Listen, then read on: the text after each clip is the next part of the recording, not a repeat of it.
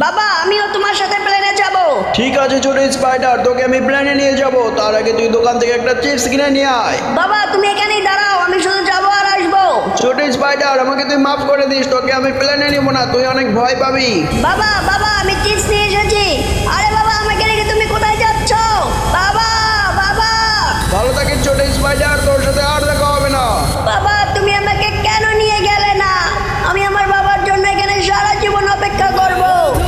पूरा जी रहा हूँ, हर दम ये कह रहा हूँ, मुझे तेरी जरूरत है, मुझे तेरी 10 বছর হয়ে গেল, কে জানে আমার ছেলেটা এখন কেমন আছে।